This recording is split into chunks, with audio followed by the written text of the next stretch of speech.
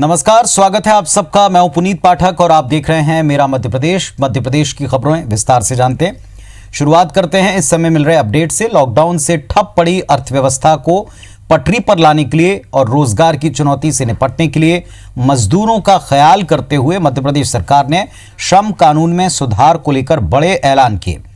मुख्यमंत्री शिवराज सिंह चौहान ने श्रम सुधार का एक नया मॉडल लॉन्च किया। इस मॉडल के मुताबिक कारोबारी और उद्योगपतियों को कई सहूलियतें दी जाएंगी ताकि श्रमिकों को रोजगार मिले। 1000 दिन की कार्य योजना इसमें शामिल है। नई योजना के तहत सरकार ने कारखानों से लाल फीताशाही और इंस्पेक्टर राज को खत्म करने के बाबत कदम उठाए हैं। बिना वजह किसी भी फैक्ट्री का इंस्पेक्शन नहीं होगा। फैक्ट्री लगाने के लिए रजिस्ट्रेशन या लाइसेंस अब 1 दिन में मिल जाएगा। 1 दिन में रजिस्ट्रेशन नहीं हुआ तो अधिकारी पर जुर्माना लगेगा। कारखाना लाइसेंस रिन्यूअल अब हर साल के बजाय 10 साल में होगा। कॉन्ट्रैक्ट लेबर एक्ट के तहत कैलेंडर वर्ष की बजाय अब लाइसेंस पूरे ठेके अवधि के लिए मिलेंगे। नए कारखानों के रजिस्ट्रेशन पूरी तरह से ऑनलाइन हो सकेंगे। किसी भी स्टार्टअप उद्योग को एक बार ही रजिस्ट्रेशन करवाना पड़ेगा। कारखानों में अब एक ही रजिस्टर मेंटेन करना पड़ेगा और एक ही रिटर्न भरना पड़ेगा। इंस्पेक्टर राज खत्म करने के लिए एम्प्लॉयर खुद थर्ड पार्टी इंस्पेक्शन करा सकेगा। कारखानों में जो श्रमिक हैं उनकी शिफ्ट बढ़ाने और सप्ताह में 72 घंटे तक का ओवर टाइम देने की मंजूरी भी मालिकों को दे दी गई है। हालांकि इसके एवज में भुगतान करना होगा। दुकानें खोलने की समय सीमा भी बढ़ाई गई। जिन इलाकों में दुकानें खोलने की मंजूरी होगी वहां सुबह 6 से रात 12 बजे तक दुकानें खोली जा सकेंगी।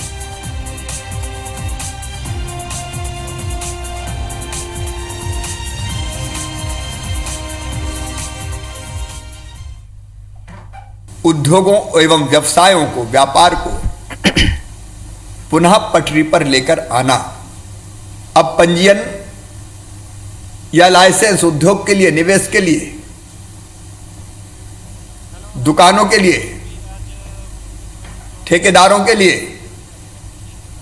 बीड़ी निर्माताओं के लिए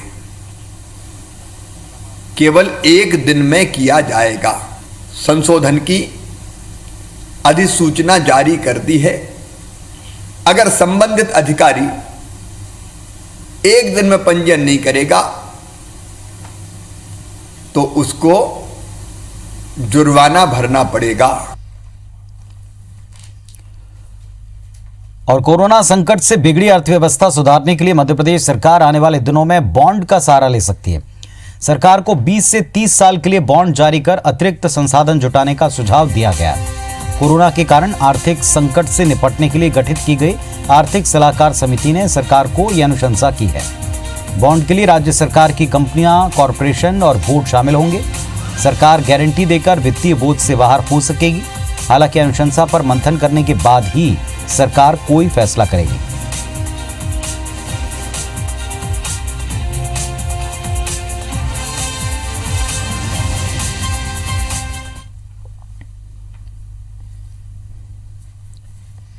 सुधीर दंडोतिया हमारे साथ में भोपाल से जुड़ रहे हैं, सीधे उनका रुख करते हैं। सुधीर, ये जो आज ऐलान हुए हैं या इसके बाद अब बॉन्ड की बात की जा रही है जिसकी सलाह सरकार को मिली है, ये हर एक राज्य के लिए चुनौती है कि कैसे आर्थिक तौर पर मजबूत हुआ जाए, लड़खड़ाई व्यवस्था को सुधारा जाए। इन कदमों को उसी दिशा में पहले कदम के तौर पर बता रही सरकार। निश्चित तौर पर देखिए पुनीत, अगर बात किया है तो कोविड के बाद में सबसे बड़ी चुनौती सरकार के सामने अर्थव्यवस्था को सुधारने में लगी रहा जाए। अगर जो सरकार की जो पूरी कवायद की बात करें, जो आज दिन भर हमने देखी एक्सरसाइज या फिर लगातार जो बैठकों का दौर मुख्यमंत्री अधिकारियों के साथ या फिर अलग अलग वर्ग के साथ में कर रहे हैं, वो उसी दिशा में बढ़ते हुए कदम है। आज कई ऐतिहासिक फैसले जो है मुख्यमंत्री शिवराज सिंह चौहान ने लिए और अगर बात करें तो प्रदेश सरकार ने न केवल श्रम कानूनों में कई सारी रियायतें देने का ऐलान किया है, बल्कि अगर बात करें तो आर्थिक गतिविधियों में किस तरीके से तेजी लाई जाए उस दिशा में सरकार ने काम किया है।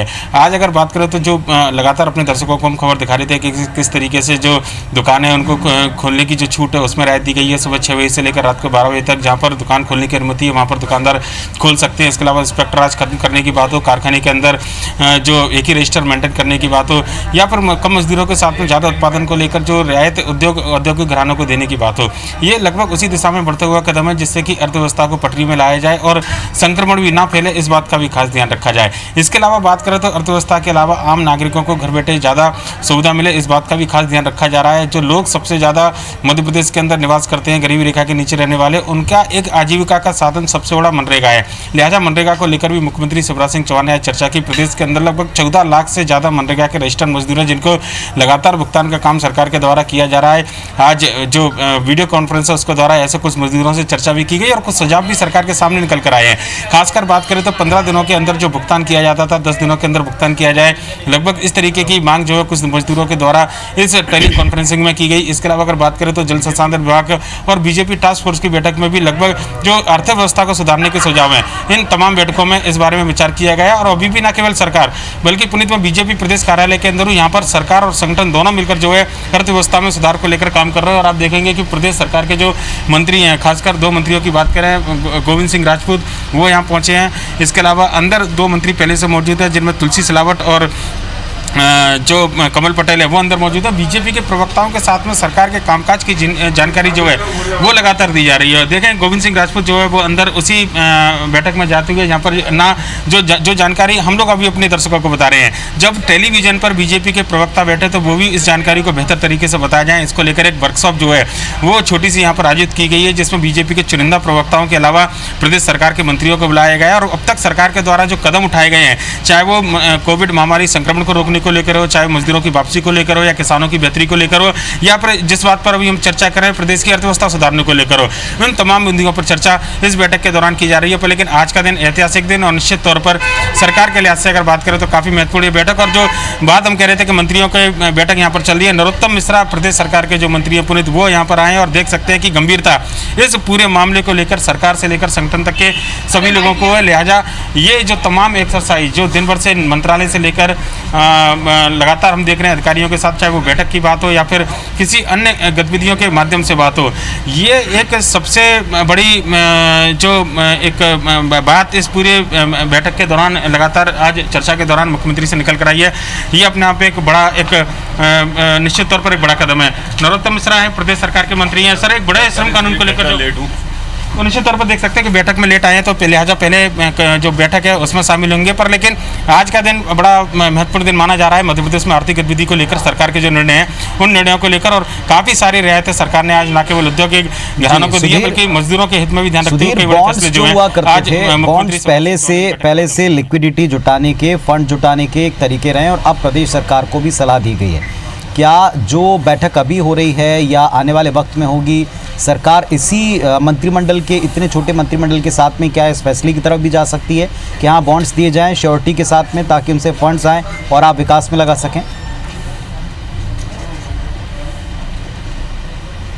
देखिए, निश्चित तौर पर फैसला अभी सरकार को करना है। मंत्रिमंडल के फैसले, कैबिनेट की बैठक में इस पर मोहर लगाना होगा और कम से कम 5% सदस्यों की संख्या के साथ में मंत्रिमंडल होना चाहिए, संविधान है। लिहाजा 12 से कम अगर मंत्री हैं तो जब तक इन फैसलों को मंजूरी नहीं दी जाएगी। पर लेकिन सरकार ने फैसला लिया है तो आने वाले समय में जब भी कैबिनेट का विस्तार किया जाएगा तो इन तमाम फैसलों को मंजूरी दी जाएगी। सरकारी एसेट्स बेचकर जो है वो बॉन्ड जुटाए जाएंगे। प्रदेश सरकार के पास में जो परिसंपत्तियाँ या फिर जो दूसरे जो रेवेन्यू के साधन हैं उनको बॉन्ड्स के रूप में तब्दील कर रेवेन्यू जुटाने का काम सरकार के द्वारा किया जाएगा, क्योंकि इस महामारी के दौरान कई सारी आर्थिक गतिविधियां जो है वो बड़ी बंद पड़ी हुई है, अर्थव्यवस्था को एक बड़ा झटका लगा है। ऐसे में पैसे जुटाना सरकार की प्राथमिकता है, जिससे कि इस संकट काल से उभरा जाए। लिहाजा जो तमाम प्रावधान है जो लगातार हम बता रहे हैं, वो इन प्रावधानों के अतिरिक्त जो बॉन्ड्स जुटाने की बात है वो भी लगभग इसी का हिस्सा है। पुनीत, चलिए, शुक्रिया आपका इस पूरी जानकारी के लिए। तो इस वक्त भी जब सरकार ने कुछ राहतों का, रियायतों का ऐलान किया है, इसके अलावा भी आपको बता दें कि इस वक्त एक वर्कशॉप की जा रही है कि किस तरीके से सरकार के कदम जो मजदूरों के हित में है, या सरकार की जो कोशिश है अर्थव्यवस्था सुधार की, रफ्तार देने की उद्योगों को, इसके कदमों को कैसे लोगों तक, मीडिया तक पहुंचाना, इसकी भी एक छोटी सी वर्कशॉप इस वक्त जारी है। इसके अलावा सरकार को सलाह दी गई कि बॉन्ड्स के द्वारा भी फंड जुटाया जा सकता है। अब सरकार को मंत्रिमंडल के साथ इस पर भी फैसला करना है।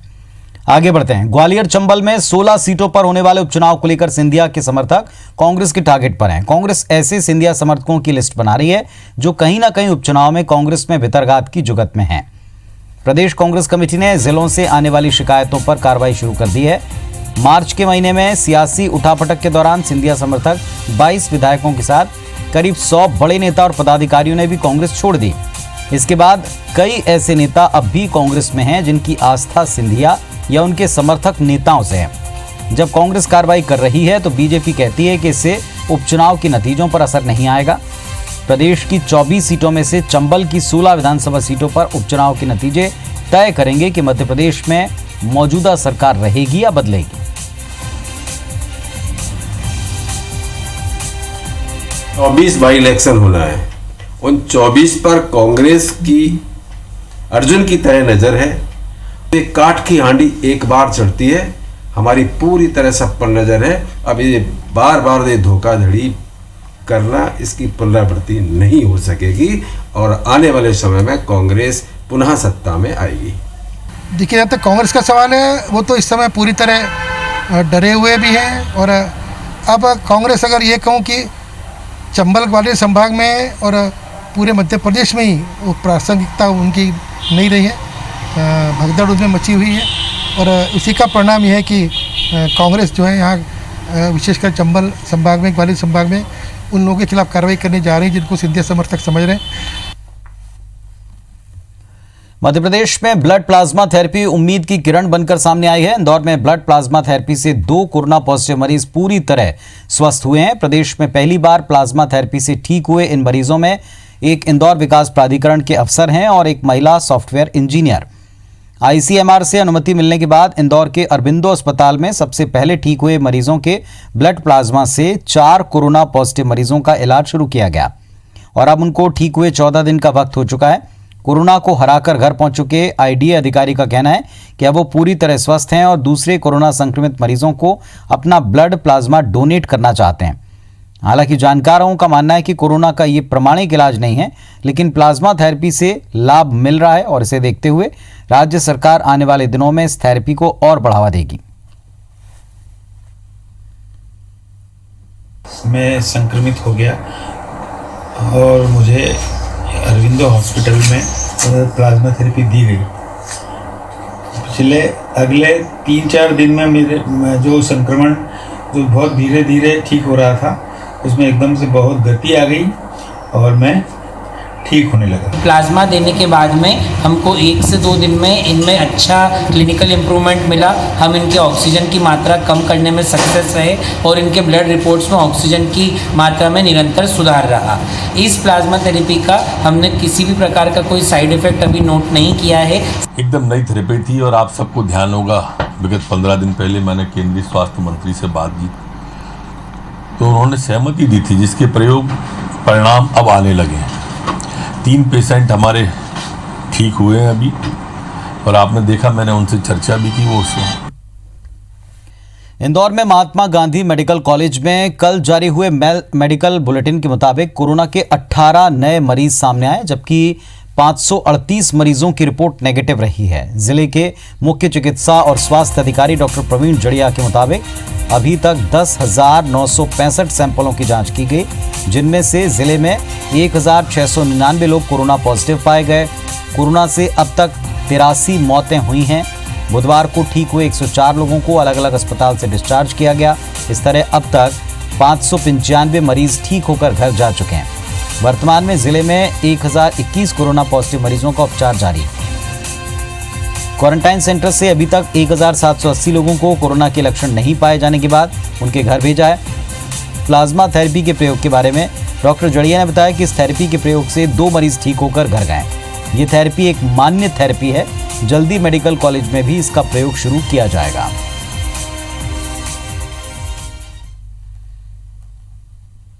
दिन प्रतिदिन कम होती जा रही है और ये एक अच्छा सूचक है। दूसरा अच्छा सूचक ये है कि कल हमने 104 लोगों को डिस्चार्ज किया था।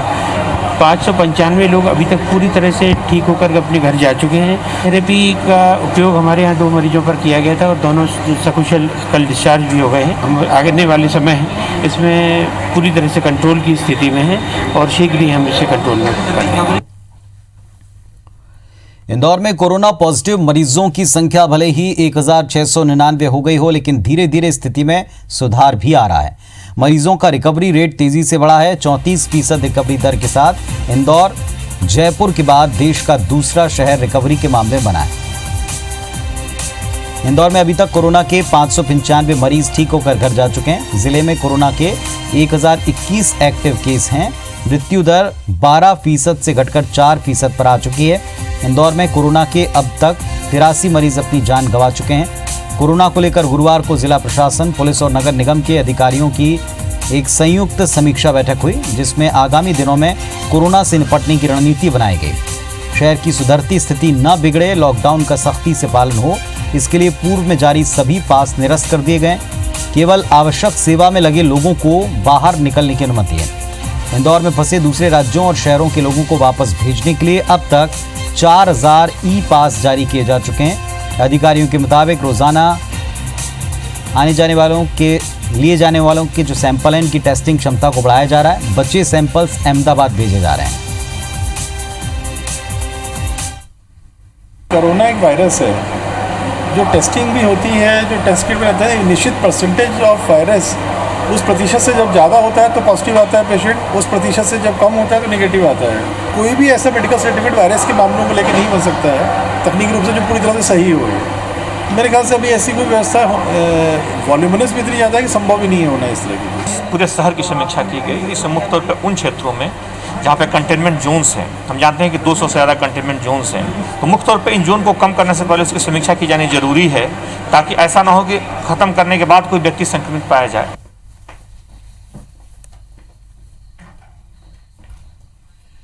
और कोरोना मीटर पर स्थिति देखें मध्य प्रदेश की। 3200 से ज्यादा संक्रमित मरीज सामने आ चुके हैं। 3208 मरीज अभी तक संक्रमित पाए गए हैं। मध्य प्रदेश में ठीक होने वालों की संख्या 1284 है, जबकि मौत का आंकड़ा 188 है।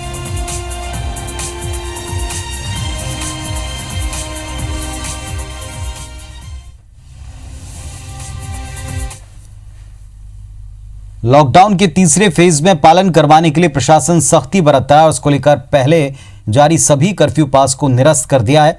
केवल जरूरी सेवाएं देने वाले लोगों को ही घर से निकलने की इजाजत है। बेवजह घूमने वालों से माफी मंगवाई जा रही है, किसी से उठक बैठक लगवाई जा रही है।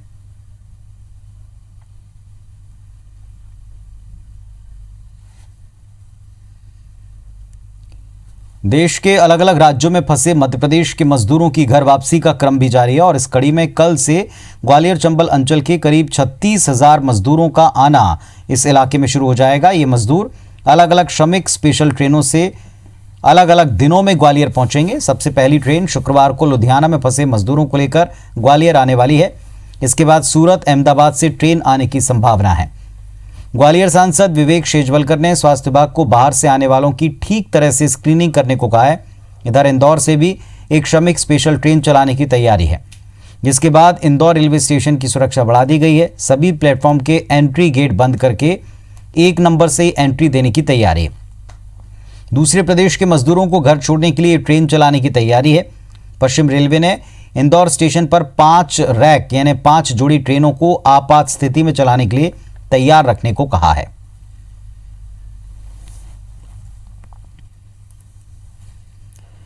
लॉकडाउन में ऑनलाइन शादी की अनोखी तस्वीरें सामने आई हैं। ये तस्वीरें छतरपुर जिले की हैं, जहां छतरपुर एसपी के रीडर BKS परिहार वीडियो कॉन्फ्रेंस के जरिए छतरपुर में बैठकर बेंगलुरु में अपने बेटे की ऑनलाइन शादी उन्होंने करवाई। इस दौरान बेटा और बहू बेंगलुरु में थे। माता पिता, परिवार के कुछ सदस्य और पंडित छतरपुर के छत्रसाल नगर में अपने घर पर बैठकर शादी की रस्में निभाते नजर आए। सबसे पहले इस परिवार ने मंडप की सारी रस्में निभाई, फिर 7 फेरे लेने के लिए दूल्हा दुल्हन को बेंगलुरु में ही ऑनलाइन बिठाया। पंडित छतरपुर में बैठकर मंत्रोच्चार करते रहे और ऑनलाइन 7 फेरे लगवाए गए।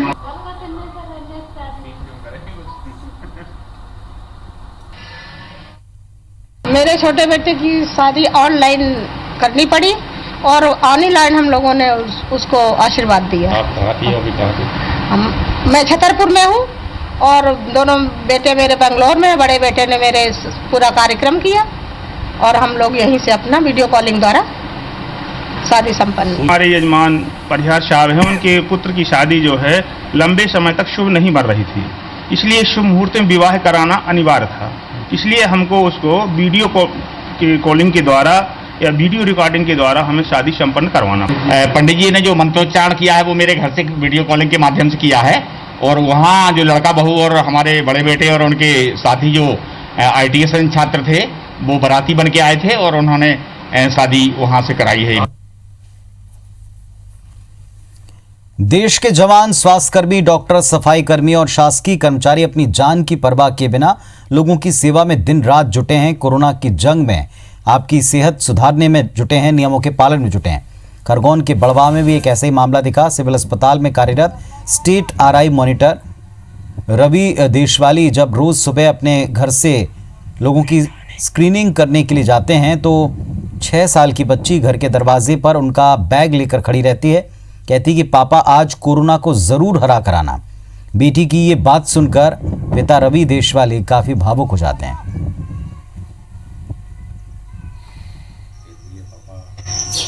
कोरोना को हराना है और देश को जिताना है, ये देख के बहुत ही मन व्याकुल हो जाता है।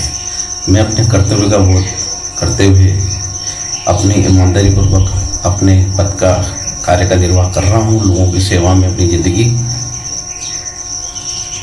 गुजार रहा हूँ। कोरोना तो हराना है, तो जिताना है। गुना में जेल के अंदर महिला कैदियों से मारपीट और दूसरे अन्य कैदियों से काम कराने का मामला सामने आया। बताया जा रहा है कि करीब 12 महिला कैदियों के साथ मारपीट की गई। इनका इलाज भी कराया गया है। जेल के अंदर कई वीडियो भी जेल के अंदर से सामने आए हैं जो सोशल मीडिया पर वायरल हो रहे हैं। इन वीडियो में कैदी जेल के अंदर काम करते नजर आ रहे हैं। मामले की शिकायत के बाद जांच करने आए डीआईजी एमआर पटेल ने जांच की और कुछ कहने से वो बचते नजर आए। इधर गुना उप जेल अधीक्षक दिलीप सिंह को भोपाल मुख्यालय भेजा गया। इस मामले में 2 महिला प्रहरी प्रियंका भार्गव और रीना मिश्रा को सस्पेंड कर दिया है। जांच चल रही है और जांच के बाद ही कुछ हो पाएगा। अभी जांच जारी है ना। जिस तरह निलंबित कर दिया सर 2 महिला प्रहरियों को किया गया है, जो आप लोग मालूम हो ही गए हैं। ये जांच के आधार पर जो भी निर्णय होगा वो जेल मुख्यालय लेगा। अभी तत्काल 1 माह के लिए उन्हें जेल मुख्यालय अटैच कर दिया गया है। तो जो ट्रीटमेंट है वो कर चुका हूँ। कितने लोगों का? 11-12 महिला जितनी थी सबका ट्रीटमेंट कर दिया है। बाकी सबकी चोटें देख ली हैं। किसी को बहुत ज़्यादा गहरी चोटें नहीं है, बहुत ज़्यादा घाव वगैरह किसी को नहीं है। औद्योगिक क्षेत्र पीथमपुर में गद्दे बनाने वाली कंपनी केटी पॉलीफॉर्म्स लिमिटेड में आज भीषण आग लग गई। आग लगने से अफरा तफरी मच गई। आग इतनी भीषण थी कि आसपास की कंपनी को इसने अपनी चपेट में ले लिया। पुलिस और फायर ब्रिगेड की टीम मौके पर पहुंची। 4 फायर ब्रिगेड वाहन की मदद से आग पर काबू पाया गया। आग लगने का कारण अब तक पता नहीं चला। आग लगने से लाखों का नुकसान होने की आशंका है। फोम कंपनी जो गद्दा वाली है इसमें आग लगने की सूचना मिली है। फायर ब्रिगेड वगैरह आ गई, आग बुझाई जा रही है। अब वो आगे देखा जाएगा कैसे क्या लगी, जांच करनी चाहिए। विशाखापट्टनम गैस रिसाव के बाद भोपाल में मॉक ड्रिल हुई है। नगर निगम फायर एंड रेस्क्यू टीम ने ये मॉक ड्रिल की है। नगर निगम जल शोधन संयंत्र में मॉक ड्रिल को अंजाम दिया गया। तो विशाखापट्टनम का जो हादसा है उसने पूरे देश को हिलाकर रख दिया है। रात में अचानक से विशाखापट्टनम में 2:30 बजे गैस वाल्व खराब हुआ और जहरीली गैस लीक कर गई। लोग अपने घरों से निकलकर भागे और जहां तहां बेहोश होकर गिरे थे। इसके बाद सारे देश में अलर्ट की स्थिति है और मॉक ड्रिल करके बचाव के साधन ढूंढे जा रहे हैं।